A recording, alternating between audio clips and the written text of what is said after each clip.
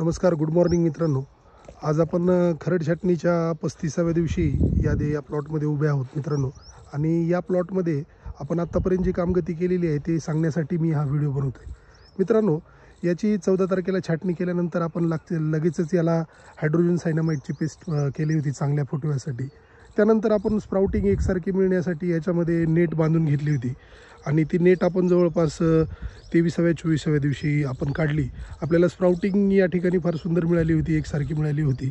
जवळपास 60 ते 70% स्प्राउटिंग एकसारखी होती मित्रांनो. त्याच्या व्यतिरिक्त त्याच्यामध्ये आपण फक्त 2 फर्टिगेशन केलेले आहेत, म्हणजे 2 वेळेस आपण याला इरिगेशन केलेलं आहे.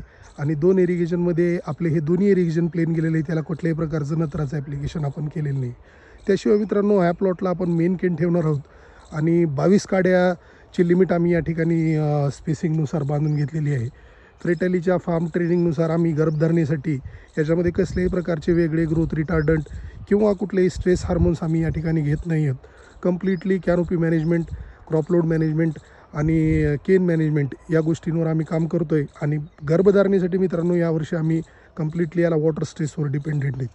तुम्ही पाहू शकता, मी प्रत्येक ठिकाणी या प्लॉटमध्ये आपण केन्स मोजून ठेवलेले आहेत आणि जिथं वीक्स प्लॅन्ट आहेत तिथं आपण तशी मार्किंग करून घेतलेली आहे. आणि अशा प्रकारे मित्रांनो या वर्षीचं काम आपण करतो आहे. तर मेन